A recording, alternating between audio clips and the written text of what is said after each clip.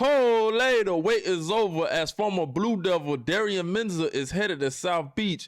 Now, this news comes shortly after Mensah and Duke agreed to an undisclosed amount, sending the former Blue Devil down to Miami. Now, this news is great if you're the Miami Hurricanes because the past 3 years, you've made it part of your blueprint of just poaching quarterbacks from other programs.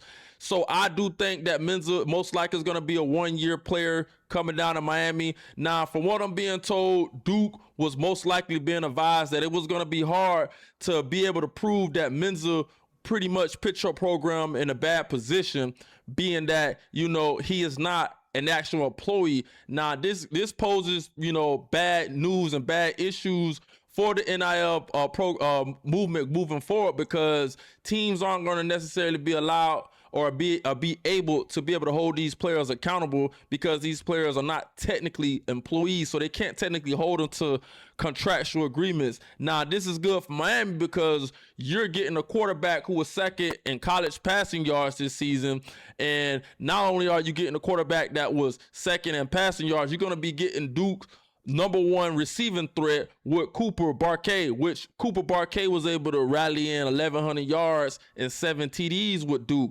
Now, this is going to be perfect for Miami offense because now you can match up Barquet with Malachi Tony, as Malachi Tony could be able to stretch the field, and then, you give Mensah that familiar target with Barquet. Now, I don't know if this is going to be an issue for Miami as, 4-star recruit Darian Coleman, is pretty much going to be essentially a development quarterback. And I don't know if he may end up trying to transfer up out of there. And I don't know if this is going to be a long-term plan for Miami to be able to continue poaching quarterbacks from other programs. We'll have to just see, if this works out. But I do think Mensah is going to be able to come in and give us, a pretty high-power offense, as we already, got the return of Fletcher coming back as the good running back.